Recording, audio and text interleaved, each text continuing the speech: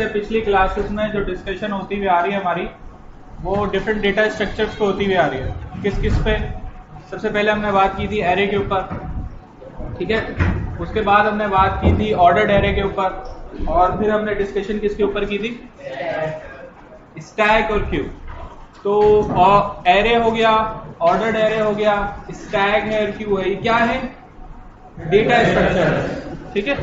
अब हम एक और डेटा स्ट्रक्चर की तरफ मूव हो रहे हैं, और वो डेटा स्ट्रक्चर कहलाता है जनाब लिंक लिस्ट। लिंक लिस्ट जो है ये भी एक डिफरेंट डेटा स्ट्रक्चर है, यानी कि डेटा को स्टोर करने का तरीका का डिफरेंट है। और इसके अंदर अप्रोच क्या है हमारी कि इसमें देखें, एक चीज ध्यान में रखिएगा जब हम ये डेटा स्ट्रक्चर्स पढ़ रहे हैं, तो आप ये ध्यान में रखें कि हम ये नहीं कह रहे कि लिंक लिस्ट जो है वो एरे से बेहतर है, या हम ये नहीं कहेंगे कि मिसाल के तौर पर ट्री जो है वो लिंक लिस्ट से बेहतर है।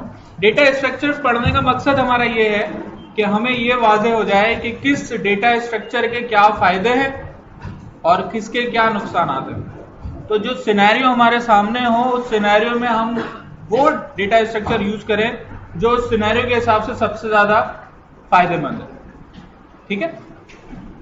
तो लिंक लिस्ट जो है इसके भी ज़ाहिर है कुछ फायदे हैं और कुछ इसके नुकसानात भी हैं। तो उसके ऊपर जो है वो हमें आज और कल बहस करनी है कि ये लिंक लिस्ट जो है इसका तरीक़ाकार क्या है, इसके क्या फायदे हैं और क्या नुकसानात हैं, और इसको एरे के साथ कंपेयर भी करना है, और हमें अंदाजा ये होगा कि इसके क्या फायदे हैं और क्या नुकसानात हैं। यहाँ ना बैठो, कहीं और बैठो, ठीक है। तो लिंक लिस्ट पे जनाब बात करते हैं। पहली बात तो ये है कि एब्स्ट्रैक्ट डेटा टाइप है, नजर आ रहा है सबको?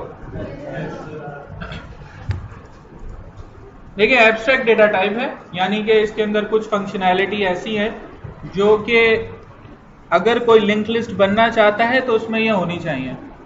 यानी लिंक लिस्ट में लाजमी तौर पे इंसर्ट का ऑपरेशन होना चाहिए, या फाइंड का ऑपरेशन होना चाहिए, और डिलीट का ऑपरेशन होना चाहिए। अच्छा, मैं अगर आपसे पूछूं कि क्या एरे के अंदर हम कोई आइटम डिलीट कर सकते थे? हाँ, अगर मैं एक एरे बनाता हूं मिसाल के तौर पर, उसमें 5 वेरिएबल्स है, 5 साइज का एरे मैंने बना लिया, तो क्या उसमें से मैं कोई वैल्यू डिलीट कर सकता था? शिफ्ट कर सकता हूं, रिप्लेस कर सकता हूं, ओवरराइट कर सकता हूं। डिलीट का कोई कॉन्सेप्ट नहीं है उसके अंदर। मेरी बात समझ में आ रही? बस ये इसके ऊपर हम मजीद भी बात करेंगे। प्रिंट या डिस्प्ले से मुराद ये है कि आपके पास जो डेटा मौजूद है उसको सबको किसी पर्टिकुलर ऑर्डर में आप डिस्प्ले करवा दें, प्रिंट करवा दें, तो वो कहलाएगा प्रिंट ऑपरेशन।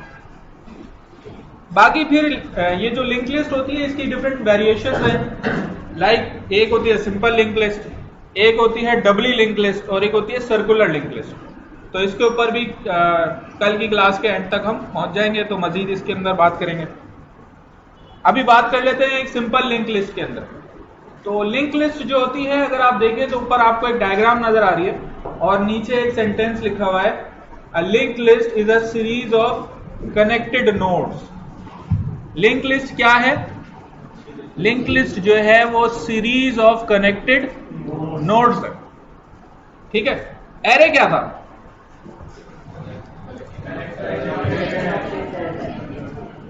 एरे क्या था? Collection of same data type variables. बहुत सारे वेरिएबल्स को अगर हम एक जगह पे जमा कर लें, इस सेंस में कर लें कि जनाब उन सब की डेटा टाइप सेम हो, तो वो क्या कहलाता है? वो एरे कहलाता है। लेकिन लिंक लिस्ट में हम कह रहे हैं link list is a series of connected nodes. अब यहां लफ्ज आ गया नोड्स, तो पहली चीज तो हमें क्लियर हो कि भाई ये नोड और वेरिएबल अलग अलग चीज है, ठीक है। एक वेरिएबल तो सिंपल वेरिएबल होता है, मेमोरी में बनता है, उसको कोई ना कोई, उसके लिए हम इंटीजर i इक्वल्स टू 10 लिखते हैं तो 10 का स्टोर है और i इसको पॉइंट कर रहा है। i को प्रिंट करवाएंगे तो 10 प्रिंट होगा। अभी जो इंटीजर, डबल, स्ट्रिंग टाइप के सारे वेरिएबल्स हैं, ये जब हम बनाते हैं तो हमें इतना पता होता है कि ये बन जाते हैं, लेकिन हमें ये नहीं पता होता मेमोरी में कहां बने, ठीक है। और हम अपनी मर्जी से किसी लोकेशन पे भी नहीं भेज सकते। मेमोरी में डिफरेंट एड्रेसेस है ना, हर ब्लॉक का मिसाल के तौर पे एक एड्रेस है, तो भाई किस एड्रेस में जा रहा है, क्या जा रहा है, हम कुछ नहीं कर सकते, वो ऑपरेटिंग सिस्टम अपनी मर्जी से करता है, लेकिन वेरिएबल के लिए।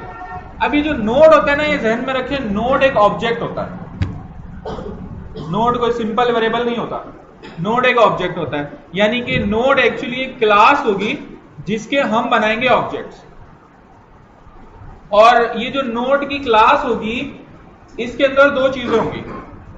क्या क्या चीज होंगी? एक चीज होगी उसमें पीस ऑफ डेटा, यानी कोई भी डेटा, वो इंटीजर भी हो सकता है, वो डबल भी हो सकता है, वो कोई स्ट्रिंग भी हो सकता है। और दूसरी चीज होगी pointer to the next node, next node को पॉइंट करने के लिए एक वेरिएबल होगा। यानी कि एक वेरिएबल इसमें इस नोड में ऐसा होगा, हर नोड में होगा, जो कि एड्रेस होल्ड करके रखेगा नेक्स्ट नोड का। मेरी बात समझ में आ रही है? ठीक है। अब देखें मैं क्या कहना चाह रहा हूं आपसे, ये चीज जो है वो क्लियर करनी बहुत ज्यादा जरूरी है। देखिए मैं यहां पर नेटबीन्स यूज करके जनाब एक जरा जावा का प्रोजेक्ट बना रहा हूं, और इसमें हम कुछ जो है वो कॉन्सेप्ट क्लियर कर लेते हैं। यहां पर नेटबीन्स तो आपने देखा होगा, आप लोग तो चीते हैं जावा के, उठते बैठते सोते जागते।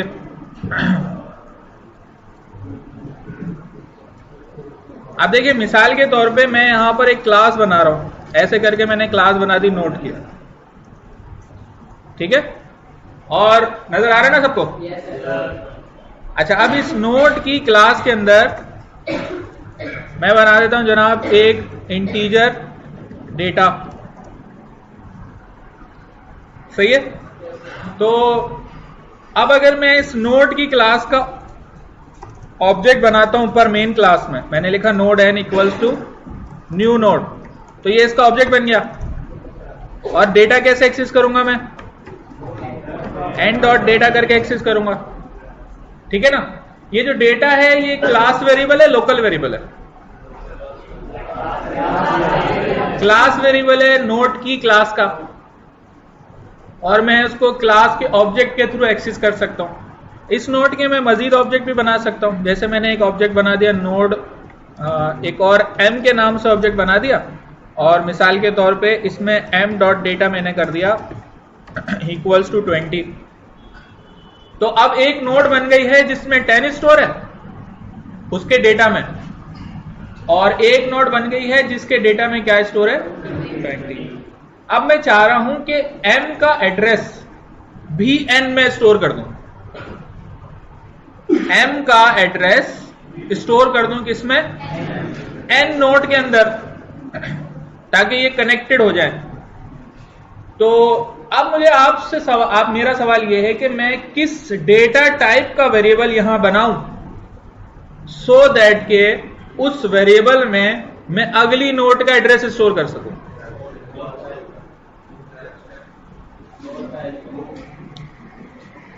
अब देखें अगर मैं यहां पे बनाऊं डबल का, तो क्या डबल वेरिएबल में किसी और नोड का एड्रेस स्टोर हो सकता है?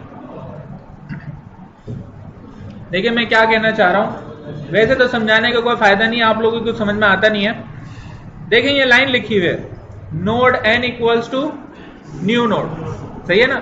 इस पे हम पहले भी बहुत ज्यादा बहस कर चुके हैं, अलग से एक हफ्ता मैंने इसी के ऊपर बातें की थी। ये जो न्यू नोड है ये क्या करता है? ये एक ऑब्जेक्ट बना देता है। मेमोरी में कहां बनाता है? कहीं भी बना सकता है। उस ऑब्जेक्ट तक पहुंचने का तरीका क्या है? n वेरिएबल, n में क्या स्टोर है? एड्रेस है, रेफरेंस है किसका? उस ऑब्जेक्ट का जो न्यू नोड ने बनाया है, ठीक है। अगर मैं यहां पे लिख देता इंटीजर n, तो क्या इंटीजर वेरिएबल में नोड का एड्रेस होल्ड हो जाता? नहीं होता। क्यों नहीं होता?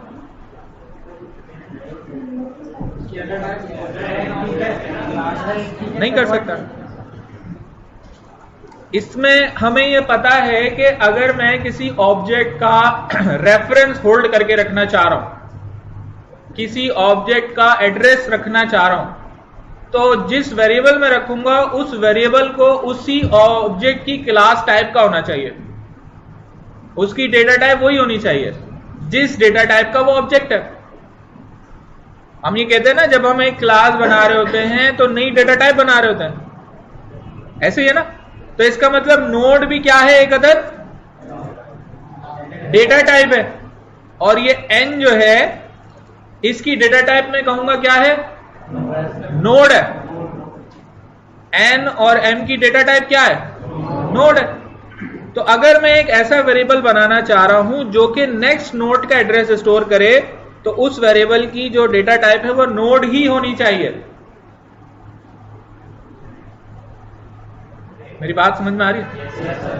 ठीक है, देखिए नेक्स्ट की डेटा टाइप मैंने क्या रखी है, और ये नोड वही क्लास है जो मैंने ऊपर अभी ये बनाई है, यही क्लास। जैसे मिसाल के तौर पे यहां पे मैं लिख देता हूं क्या बकवास है, ठीक है। तो अब मैं यहां क्या लिखूंगा, क्या बकवास है।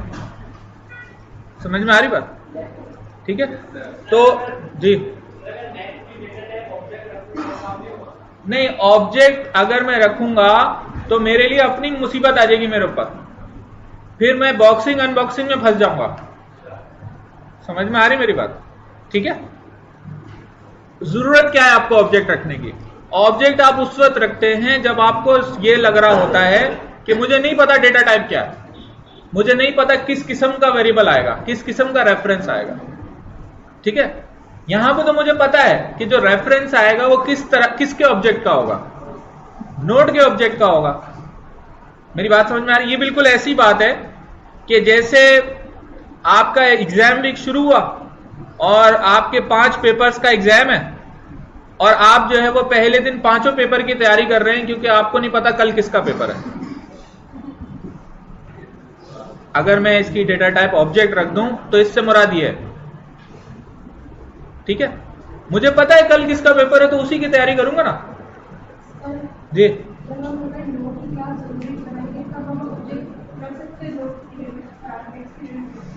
क्या कहनी, दोबारा बोले।